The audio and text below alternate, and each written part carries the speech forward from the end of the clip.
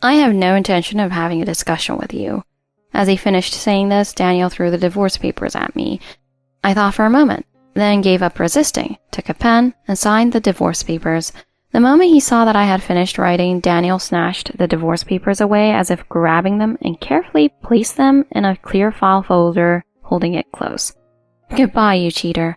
Have fun with your lover. A year later, I received a call from Daniel at an unexpected time. My finances are tight. Come back. Although I was annoyed, I dealt with it calmly. We made plans to meet. On the day of our meeting, Daniel couldn't help but stare in astonishment at the scene before him. What's going on? What he saw after a year apart? My name is Kristen James, 35 years old. It's been 3 years since I married my husband, Daniel. We don't have any children between us. When we got married, I was 32. So we had talked and decided that we should start trying to conceive sooner rather than later, considering the ideal time for pregnancy and childbirth. However, after 6 months, a year, and then 2 years, Daniel gradually started to voice his complaints. We're trying so hard, but you're not getting pregnant. It's probably because there's something wrong with you, Kristen. One day, after finishing work, Daniel came home and without even saying, "I'm home," blurted this out. I stopped what I was doing in the kitchen and responded with a lowered brow. "I'm sorry. You're right. Maybe there's something wrong with me. I've been thinking about going to a fertility clinic too." But Daniel said that was out of the question and he dismissed it. If you do that, people might think we're an arrogant people who wants kids even after going through fertility treatments. Children are gifts from God. There's no point in getting treatment to get pregnant. It would bring me no joy even if you did get pregnant.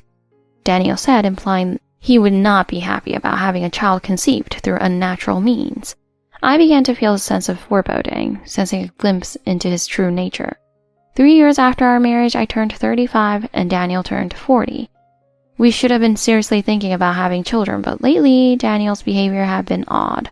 "I'll be going to the Dallas area next week," he muttered, taking out a large suitcase and packing his things. I widened my eyes in surprise.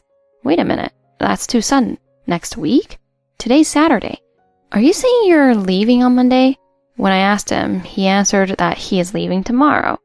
The week starts on Sunday, right? Besides, I have an important business meeting on Monday, so I need to go the day before to get ready. So to be precise, I'll be away from home for about a week starting tomorrow. Take care. Saying that, Daniel carried his luggage to the entryway and without meeting my eyes, returned to his room. Daniel had been going on sudden business trips like this quite often lately. I'm just an ordinary housewife working a few part-time shifts a week. I quit my previous full-time job, but because of the fertility issue, I haven't been able to return to full-time employment. I've just continued with the part-time work. I stared at the room Daniel had left and began to tidy up the mess.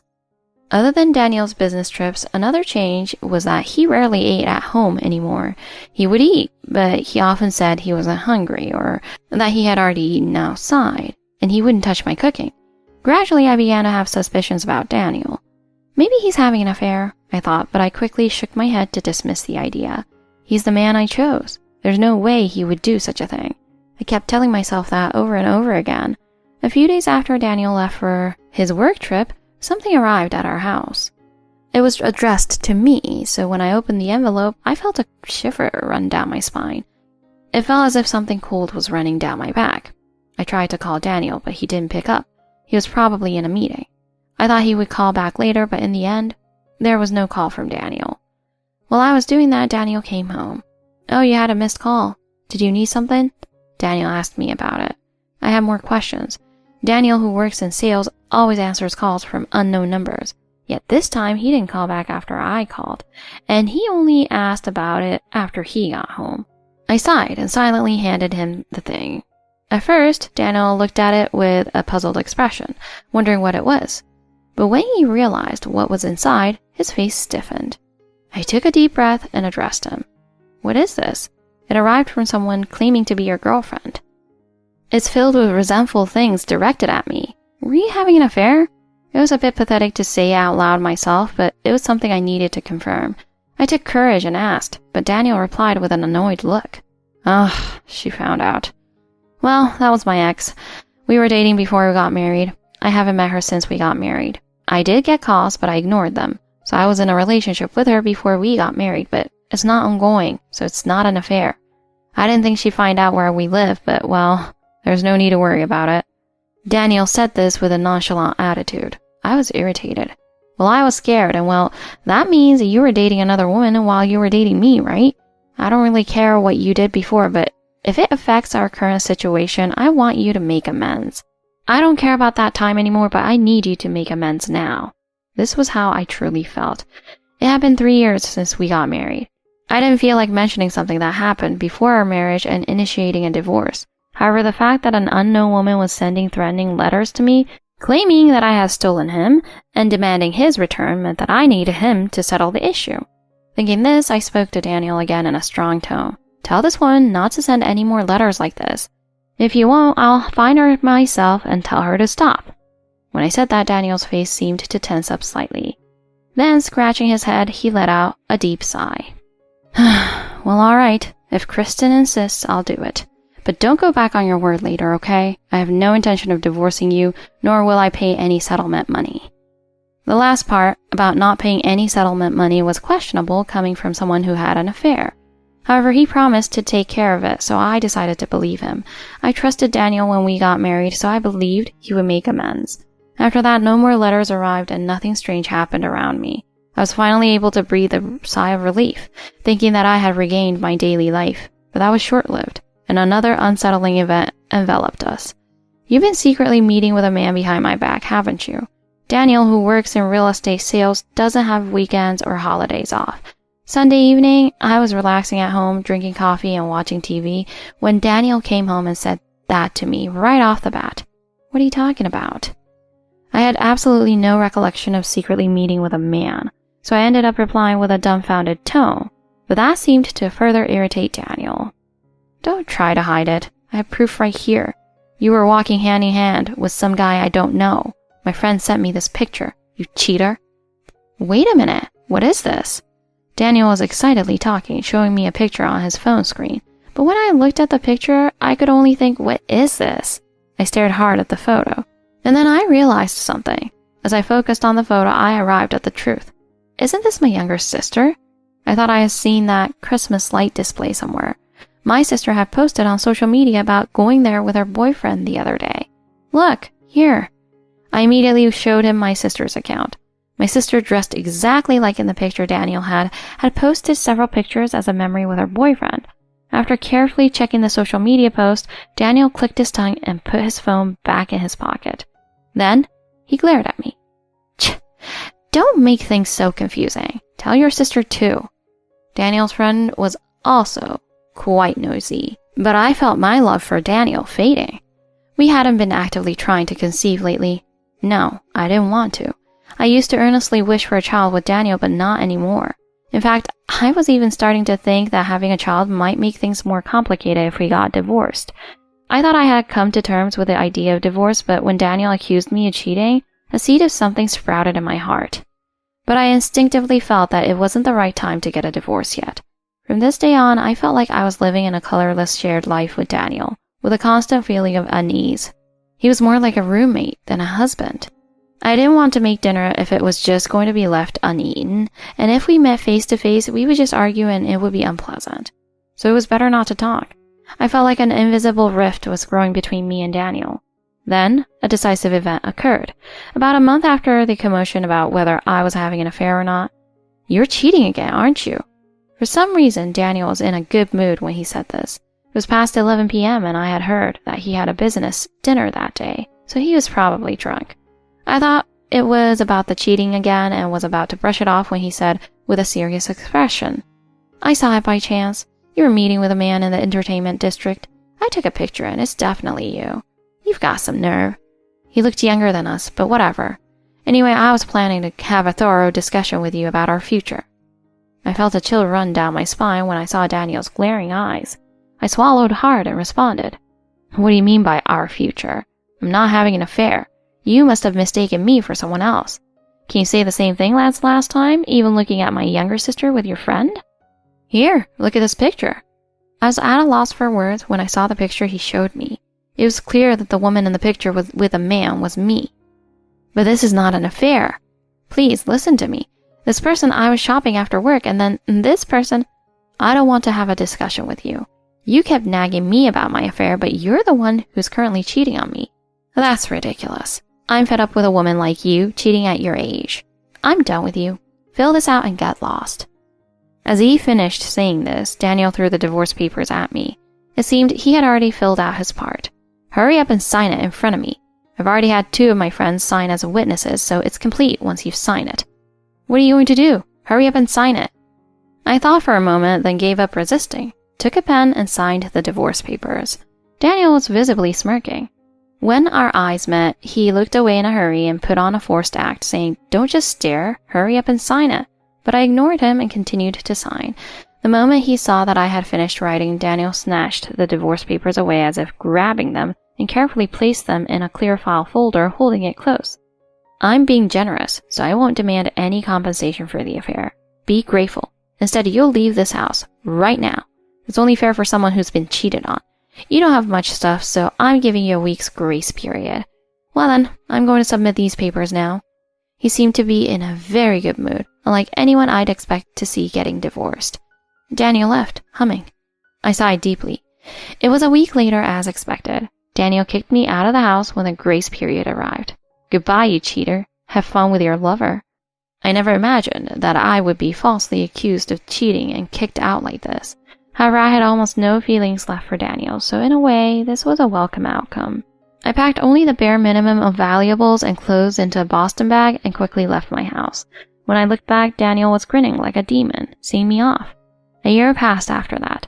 So much had happened that it felt like a whole year had passed in the blink of an eye. As I was finishing up the tidying in my new place, I received a call from an unknown number. I was a little scared, so I ignored it, but the caller was quite persistent. I decided to answer, and the first thing I heard made me regret picking up. Hey, it's been a year. It was Daniel. I hadn't contacted him at all since the divorce, so I hadn't changed my number. I didn't want to be in contact with Daniel, so I had been ignoring his calls unilaterally.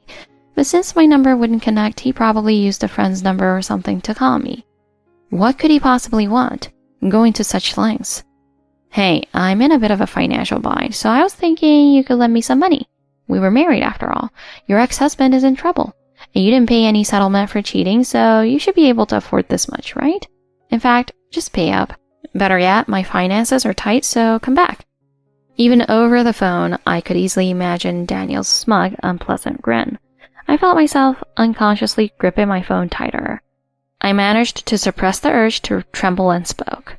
What are you even saying now? We resolved everything with the divorce, and now you're saying you're having financial difficulties and I should come back?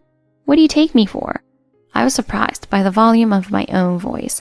It was a voice that came from my stomach, silencing Daniel on the other end of the phone. He probably never expected me to raise my voice like this. His voice started to show signs of panic. I'm not saying anything unreasonable, am I? It's only been a year since the divorce. I thought you might be lonely, so I called you. What on earth is this man saying? Did he not think that things might have changed, even after a year? I could have yelled at him, but since we weren't face to face, I was sure he would just keep pushing back.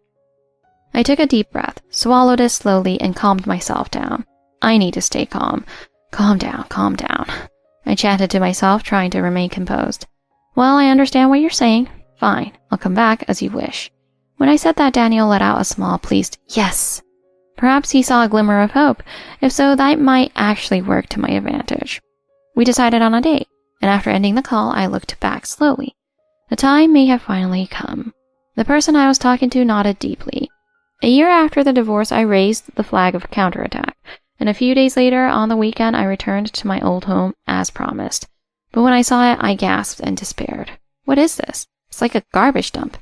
Trash was left in the garden, and it was quite dirty, probably from lack of cleaning. The curtain was open, and I could see inside. From what I could see from here, the inside was a mess, too. As I was muttering this, I heard the sound on the front door slowly opening. When I went in alone, Daniel was standing there, looking drastically different from when we got divorced. One might wonder if a person could change this much in a year. Daniel's appearance had changed so much that if someone who didn't know him saw him, they might mistake him for a grandfather in his 60s, even though he was still in his early 40s. He also smelled bad, like he hadn't bathed in a while, and his hair was a mess. He was clearly unsanitary. I resisted the urge to cover my nose and spoke to Daniel. How could you live in such a state? What on earth happened? I looked at him with pity. Daniel sighed deeply and started to talk about what happened after the divorce. I was tricked. I didn't need to ask what he meant. Daniel had remarried another woman soon after our divorce. Although there's a remarriage prohibition period for women after divorce, there isn't one for men. So he married right away. Which means, without saying it, it's confirmed that he was cheating while we were still married. But I'll leave that for now. Daniel started his new married life in this house with that woman. Apparently, it was going well at first. I'm a capable salesman, so I can find work anywhere. With incentive bonuses, I earn way more than other guys my age. So I told her she could be a stay-at-home wife, but that was a mistake. The woman had apparently been working until then, but had always longed to be a stay-at-home wife. When Daniel made the offer, she had no reason not to accept and readily agreed. But once she became a stay-at-home wife, she stopped doing anything around the house. She said that in this day and age, it's wrong to force all the burden on the stay-at-home wife.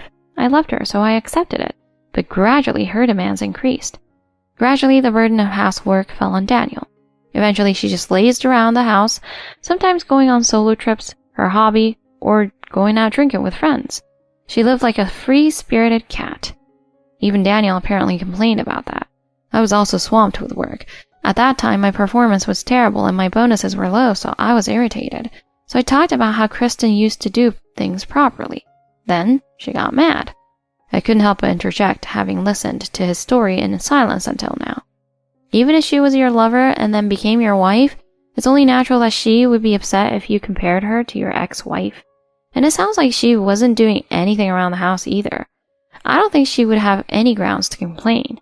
When I said that, Daniel nodded in agreement. That's why I realized how great of a wife you were. No matter how much I thought about it, I couldn't understand how he reached that conclusion. I couldn't help but voice my thoughts. From your perspective, I cheated on you and left this house. You wanted a divorce and kicked me out, but now you're saying I was a good wife? What kind of change of heart is that? When I said that, Daniel threw himself on the ground to apologize. I'm sorry. I actually knew you weren't cheating. A shock ran through my body. What? So what's all this about? I tried to suppress the urge to explode with anger, but I couldn't stop my hands from shaking or my voice from trembling. Do you know what I went through when I left this house? I was falsely accused of cheating and left feeling miserable. You trampled on my feelings, and yet you knew I wasn't cheating? Oh, cut the crap. You were the one having an affair. A lightning bolt of anger seemed to strike me. People passing by chance looked at us with puzzled expressions. Sensing that the situation was getting out of hand, Daniel urged me to come inside, but I refused. Why would I? Look at this mess. It's a garbage dump.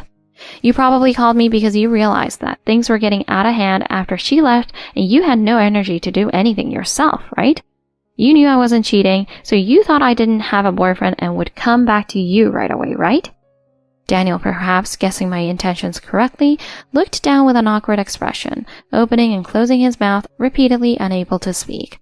I had intended to have a more calm discussion, but that was no longer possible. I had spent a year dealing with the aftermath of my divorce from Daniel, and seeing him now, I felt I needed to settle things properly.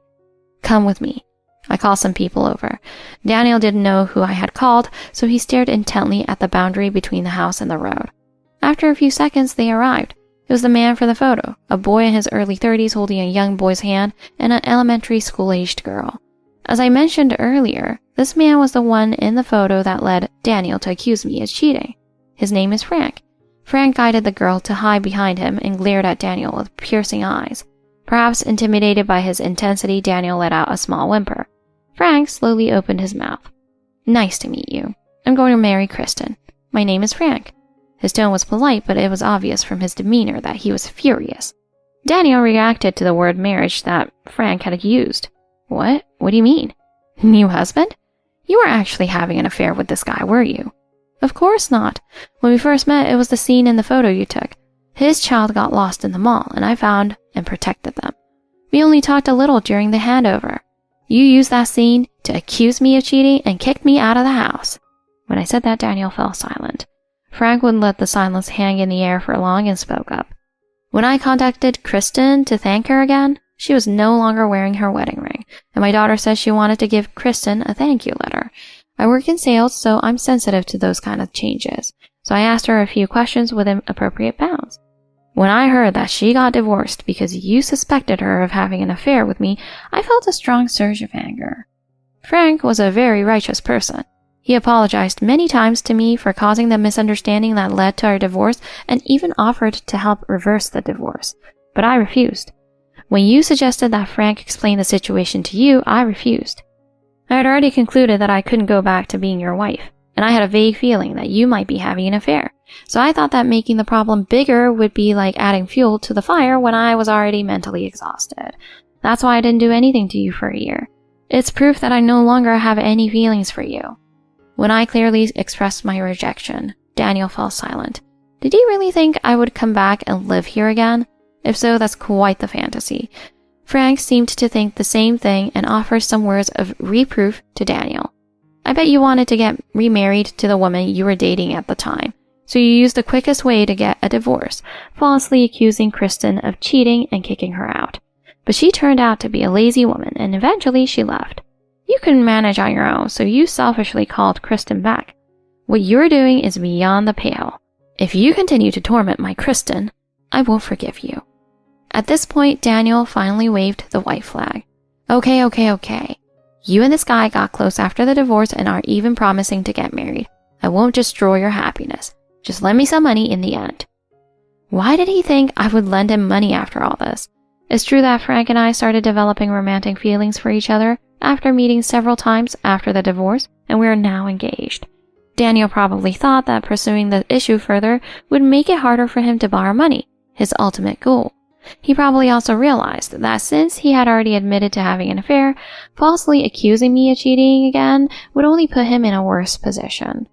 He may be an idiot, but he's also a salesman, so he seemed to understand the timing of when to back down. But it was all too late and too misguided. Daniel, on his knees, was desperately pleading with his hands clasped together. I flatly refused. I'm sorry, but I have nothing but deep hatred and anger towards you. Lend you money? Oh, don't be ridiculous. In fact, after seeing your attitude today, I've made up my mind. I'm going to demand compensation for the affair, and please leave this house as soon as possible. When I said that, Daniel had a blank look on his face. Compensation? That's impossible. And leave this house? This is Kristen's late father's house, I hear. Oh, right. That's right. Daniel was desperately trying to recall his memories, and then he finally remembered an important fact. That's right. Before we got married, Kristen's father passed away, and she inherited this house as part of his estate. As Daniel said, I inherited this house from my late father before we got married. Inherited assets are excluded from the division of property in a divorce. I just paid the property taxes for this year. The real owner of this house is me, not you, and yet you made such a mess of it. I didn't want anything to do with you, so I left it alone. I have some responsibility for that too. I've already hired a cleaning service. After that, I'll either sell it or have a real estate agent manage it. So get out. You have no right to refuse. When I clearly told him that, Daniel cried out, unable to form words. But no one offered him any sympathy. I peeked inside through the gap in the front door, thinking I might tidy up a bit. I had asked Frank and the children to wait outside. Daniel spoke to us many times. Kristen, please give me as long as grace period as possible. I have nowhere else to go. The money, she ran off with it, and my friends have turned their backs on me because of this. I have nowhere to turn. And Frank, right? I'm sorry about everything. I won't interfere with your future, I swear. So please lend me some money, even just a little. Then I promise I won't bother you ever again. But no one responded to Daniel's words. Realizing that he was being ignored and that it was hopeless, Daniel knelt on the spot and pathetically started crying loudly. After that, we ignored Daniel and returned to the new house where the four of us would be living. For a while, we communicated with Daniel through a lawyer, set a deadline, and had him move out. After being kicked out of the house, Daniel, of course, couldn't rent any other place and apparently fell into homelessness.